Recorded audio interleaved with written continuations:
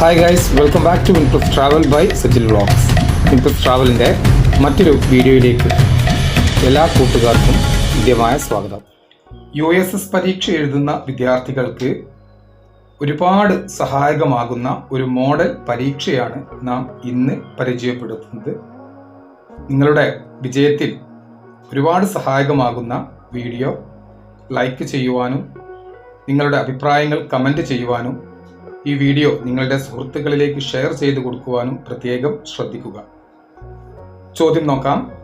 കേരളത്തിലെ ആദ്യ oxygen park സ്ഥിതി ചെയ്യുന്നത് എവിടെയാണ്? കേരളത്തിലെ ആദ്യ ഓക്സിജൻ പാർക്ക് സ്ഥിതി ചെയ്യുന്നത് തിരുവനന്തപുരത്തെ പാളയത്താണ്. രണ്ടാമത്തെ ചോദ്യം. രാജ്യത്തെ ഏറ്റവും നീളം കൂടിയ ചില്ലുപാലം എവിടെയാണ് സ്ഥിതി ചെയ്യുന്നത്? രാജ്യത്തെ ഏറ്റവും നീളം കൂടിയ ചില്ലുപാലം വാഗമണ്ണിലെ കോലാഹലമേട്ടിൽ. ഇതിൻ്റെ നീളം എന്ന് പറയപ്പെടുന്നത് 40 മീറ്ററാണ്. മൂന്നാമത്തെ ചോദ്യം. മികച്ച പരിസ്ഥിതി ചിത്രത്തിനുള്ള 2023 ദേശീയ അവാർഡ് നേടിയ മലയാള സിനിമ ഏതാണ്?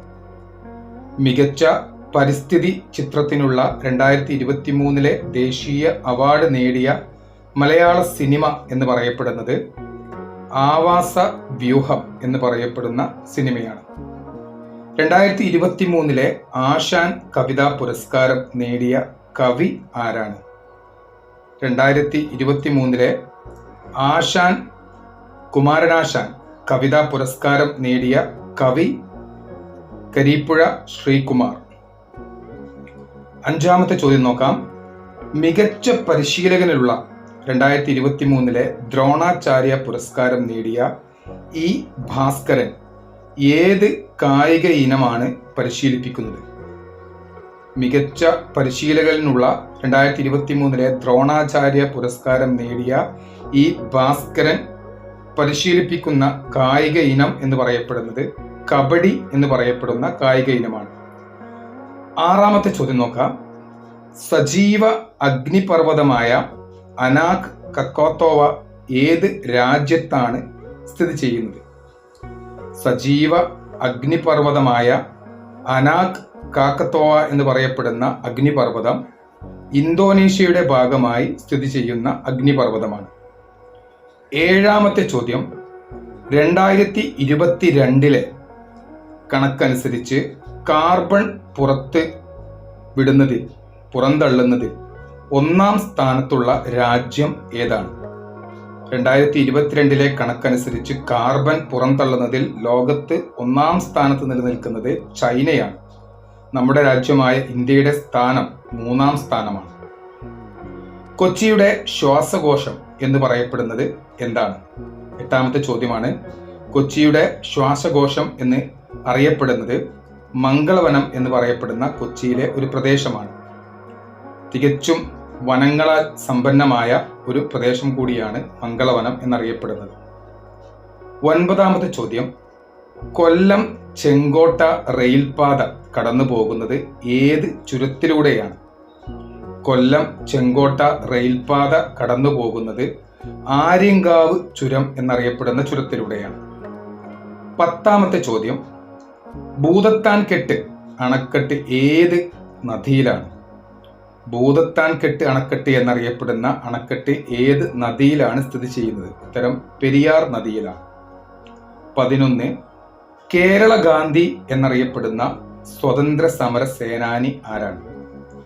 കേരള ഗാന്ധി എന്നറിയപ്പെടുന്ന സ്വതന്ത്ര സമര സേനാനി കെ കേളപ്പൻ. 12ാമത്തെ ചോദ്യം.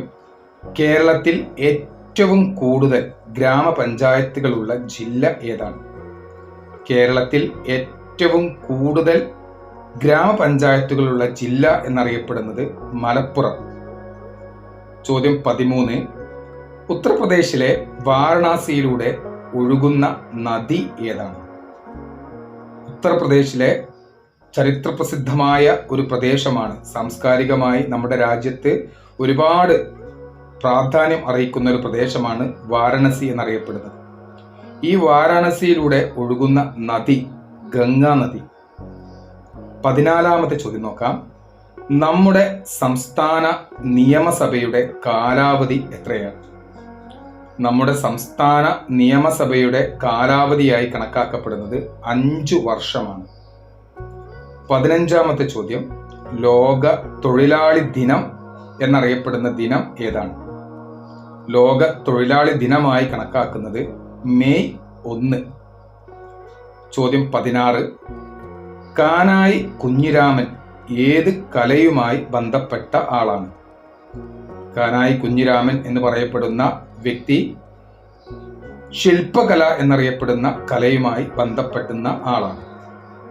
17ാമത്തെ ചോദ്യം, ഭാരത സർക്കാർ രൂപവൽക്കരിച്ച ദേശീയ കൃഷി ഗ്രാമവികസന ബാങ്ക് ഏത് ചുരുക്കപ്പേരിലാണ് അറിയപ്പെടുന്നത്? ഭാരത സർക്കാർ രൂപീകരിച്ച ദേശീയ കൃഷി ഗ്രാമവികസന ബാങ്ക് നബാർഡ് എന്ന ചുരുക്കപ്പേരിലാണ് അറിയപ്പെടുന്നത്. ചോദ്യം 18, കേരള സംഗീത നാടക അക്കാദമിയുടെ മുഖപത്രമായ മാസിക ഏതാണ്? കേരള സംഗീത നാടക അക്കാദമിയുടെ മുഖപത്രമായ മാസികയായി കണക്കാക്കുന്നത് കേളി എന്ന പേരിൽ അറിയപ്പെടുന്ന മാസികയാണ്.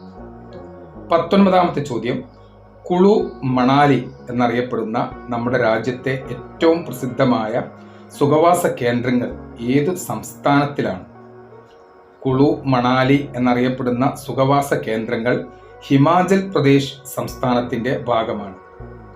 20ാമത്തെ ചോദ്യം, നല്ലൊരുവൻ ചെയ്ത നല്ല കാര്യം മറപ്പത് ഈ വരികൾ ആരുടേതാണ്? നല്ലൊരുവൻ ചെയ്ത നല്ല കാര്യം മറപ്പത് എന്ന ഈ പ്രസിദ്ധമായ വരി ശ്രീ നാരായണ ഗുരു മുന്നോട്ട് വെച്ച വരികളിൽ പെട്ടതാണ്. പ്രിയ വിദ്യാർത്ഥികളെ, പ്രധാനമായും 20 മാതൃകാ ചോദ്യങ്ങളാണ് USS പരീക്ഷയ്ക്ക് സാധ്യതയുള്ള മുൻകാലങ്ങളിലെല്ലാം ചോദിച്ചിരുന്ന 20ഓളം പ്രധാനപ്പെട്ട പൊതു ചോദ്യങ്ങളാണ് നിങ്ങൾക്കായി പരിചയപ്പെടുത്തിയിരിക്കുന്നത്. വിദ്യാർത്ഥികൾ വീഡിയോ മുഴുവനായി കണ്ട് ചോദ്യങ്ങൾ എഴുതിയെടുത്ത് അതിൻ്റെ ഉത്തരങ്ങളും എഴുതിയെടുത്ത് പഠിക്കുവാൻ പ്രത്യേകം ശ്രദ്ധ കൊടുക്കുക. തീർച്ചയായും മറ്റു ചോദ്യങ്ങളുമായി നമുക്ക് വീണ്ടും കാണാവുന്നതാണ്. വീഡിയോ എല്ലാവർക്കും ഒരുപാട് ഇഷ്ടമായിട്ടുണ്ട് എന്ന് മനസ്സിലാക്കാൻ സാധിക്കുന്നു. തീർച്ചയായും വീഡിയോ ലൈക്ക് ചെയ്യുവാനും നിങ്ങളുടെ അഭിപ്രായങ്ങൾ കമന്റ് രൂപത്തിൽ അറിയിക്കുവാനും വീഡിയോ നിങ്ങളുടെ സുഹൃത്തുക്കളിലേക്ക് ഷെയർ ചെയ്ത് കൊടുക്കുവാനും പ്രത്യേകം ശ്രദ്ധ കൊടുക്കുക. മറ്റൊരു വീഡിയോയുമായി നമുക്ക് വീണ്ടും കാണാം. അൻറ്റിൽ ബൈ ബൈ.